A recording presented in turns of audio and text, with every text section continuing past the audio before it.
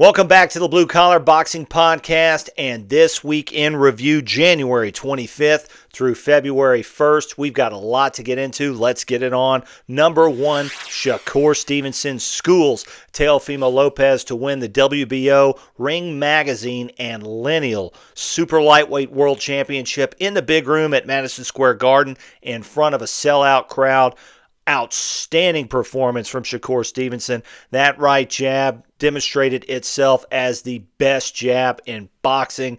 Perhaps, maybe, Alexander Usyk could have a thing to say about it, but my goodness, he carved up Teofimo with that jab, was able to jam every attack from Teofimo, busted up that left eye, cut it, and just did a paint job with that jab. Also landed some good body shots and left hands. Look, I thought it was going to be a boring fight. In terms of what Shakur has done in the past, I would not consider it boring. He stood in the pocket. He stood on the front foot right there in front of Teofimo the whole fight. I think Shakur's back may have hit the ropes 3 to 4 times. There wasn't an excess of clinching. He just did a masterclass on, he schooled the kid. He schooled him. I had it 119 to 109. I did give Teofimo the 8th round based on activity. Perhaps the first round you could call a swing round and maybe give it to Teofimo out of courtesy. But other than that, it was a shutout. Shakur probably going to move up to welterweight now to fight Conor Benn. Maybe there's some catchweight shenanigans in there. I doubt it. But he's going to go chase that big check in the UK, and he deserves to. He's been in some big fights recently, and that might set up some opportunities at welterweight after with the likes of Devin Haney, perhaps Ryan Garcia, Raleigh, Barrios, etc. So tremendous performance from Shakur. Let's move on to number 2, Shoo shines. My goodness, what a performance from Shoo. Winning there against Carlos Castro for the vacant featherweight championship, WBC version, of course.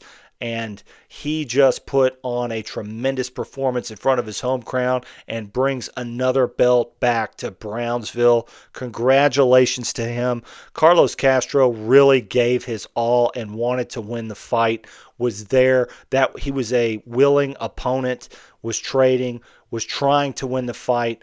And when Shoo landed a beautiful counter overhand right over the left jab, that was the punch that really ended the fight, except that poor Castro didn't fall on that shot, and it set up a 3 or 4 punch combination that really ended the fight. Brilliant KO for Shoo in front of his home crowd. Big things to come for him at featherweight. Let's move on to number 3. Josh Kelly upsets Murtazaliev in front of his home crowd in Newcastle in the UK. He fought a near-perfect fight. He did everything he had to do to sort of befuddle Murtazaliev. One of the things I kept saying throughout the fight was when Josh Kelly would start getting on his bicycle, kind of like Sergio Martinez or like Billy Joe Saunders, I thought, well, you can't win the fight this way, right? You can't win this way. And then all of a sudden, right as I was thinking that, he would land a 2 or 3 punch combination in a trap that he set and steal the round, or at least steal the exchange. And then in the 4th round, Murtazaliev, sort of out of frustration, just overcommitted on a straight right hand. Josh Kelly made a miss, came back with a counter left jab and put Murtazaliev down. Really outstanding shot. It didn't hurt Murtazaliev, but it just showed him, you're in with a real boxer tonight, buddy. You can't do that. And, of course, gave Josh Kelly the 10-8 round, something that he would need later in the fight. Then in the 7th to 8th round, you could start to see that Josh Kelly his legs were kind of failing him, or he was just a little bit tired. He started standing in the pocket more, and that would set up Murtazaliev's ability to land that left hook on the top of the head and drop Josh Kelly. And I thought perhaps the fight was over. But Josh Kelly was able to get up, compose himself, win a couple of those rounds, and win the decision. Little shenanigans in the scorecard. One of the judges scored the 10th round 10-10. Had he scored it 10-9 for Murtazaliev, we would be sitting on a majority draw right now. Kind of interesting. perhaps a little shenanigans there. However, that judge was from the United States, not the UK, so you can't claim home cooking. Nevertheless, big win for Josh Kelly. Big things to come his way. Keyshawn Davis is back.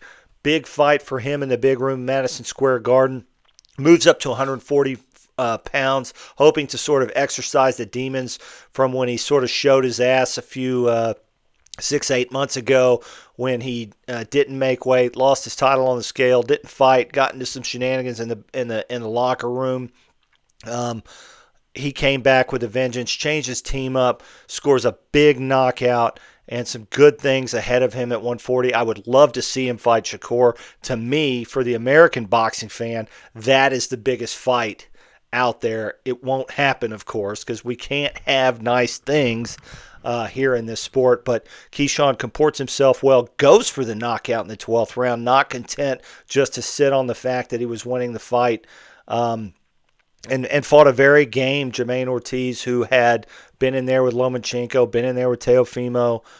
So proved a lot of doubters wrong, perhaps. Showed that he was disciplined, got a big win. I think Keyshawn can do some things ahead. Feeling very optimistic about that. Big fights for him. Next, number 4, Xander Zayas is able to unify the WBA and WBO Super Welterweight World Championships in Puerto Rico against Abbas Barao. Good fight for him. 2 judges had it 8-4 for Zayas. One had it 8-4 for the other guy. I don't want to say his name wrong again. Trying to do you a service there. Xander Zayas improves to 23-0 with 13 knockouts. He's on the verge of stardom as well, I believe. I think let's put him as a co-main to Shakur in Madison Square Garden on Puerto Rican Day weekend in New York, man. Be a massive, massive ticket. This guy could really be something. He could maybe sort of knock on the door to things that Cotto and Trinidad did. I'm not saying he gets there, but I'm saying that people will watch him fight. I'm there to watch him. Wasn't a tremendous performance, wasn't anything to write home about, but the man's unified 2 belts in a deep division. You've got the Tim Zhu, you've got Nikita Zhu, the Zhu brothers hanging around.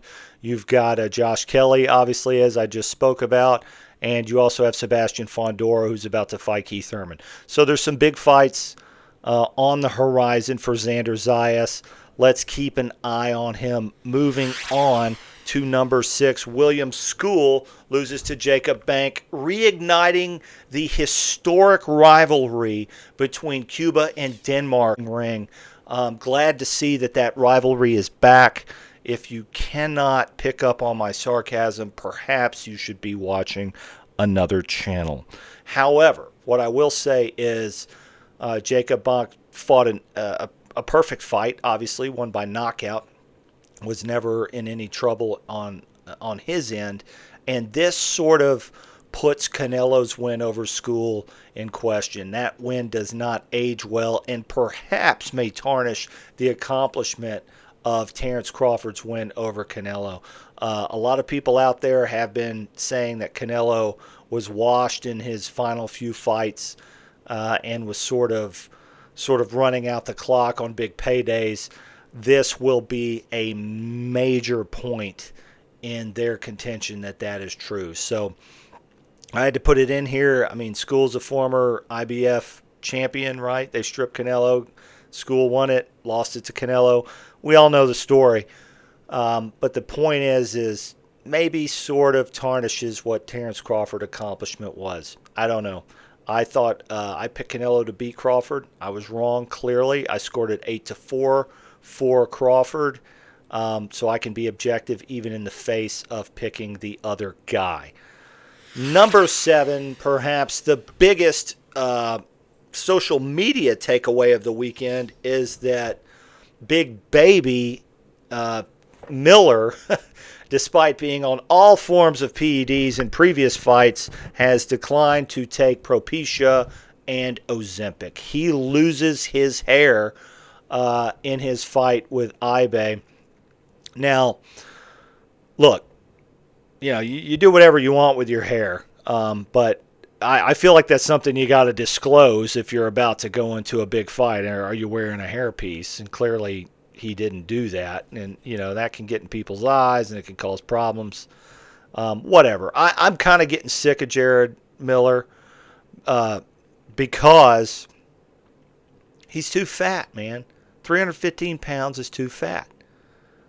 If you're going to be a full-time professional athlete and attempt to compete at the highest level of the sport, you got to lose some weight. He should be in the 280s. All right, he's a big boy. I'm not saying that. I'm not saying he needs to look like Anthony Joshua. You don't have to be a fitness model. But my God, son, lose some weight. All right, back away from the table, okay? You throw nothing but arm punches the second half of the fight. You didn't turn your hips one time into a shot from round 5 to round 10. Now, look, you got a big mouth. You're going to be able to promote fights. And the American heavyweight division, other than an aged, past his prime Deontay Wilder, is really just in the worst place it's been. And that's saying something because in the last 20 years, it's really been in a bad place. So you're going to continue to get fights. But my goodness, son, lose some weight. Shave your head. Evander did it. Everybody does it. Just let it go. I know you're jealous of this. I know. I'm sorry. Let me get back to the mic. I know this is bothering you right now, but just let it go. Let it go. Lose some weight, and kick some ass. I would love to see you win a heavyweight championship, but you're not going to do it unless you lose about 30 pounds. All right. Now to big fight announcements to round out the weekend review. Tyson Fury's coming back. He's going to fight. Arslanbek Makhmudov April 11th on Netflix. Good for Tyson Fury. Another one who needs to lose some weight, who clearly has no interest in being in shape unless he's on PEDs like he was for the Vladimir fight some 11 years ago.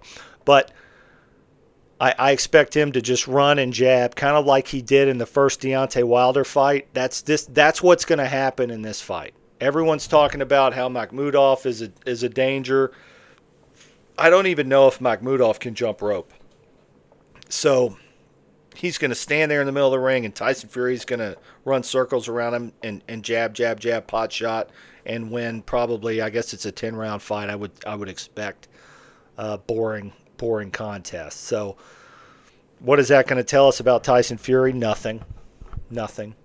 But he'll get a payday and he'll set up a fight against Anthony Joshua. A lot of people are saying Tyson Fury's got a ton of money. I'm starting to disbelieve that because there's virtually no reason to come back at this point, especially against a guy like Makhmudov.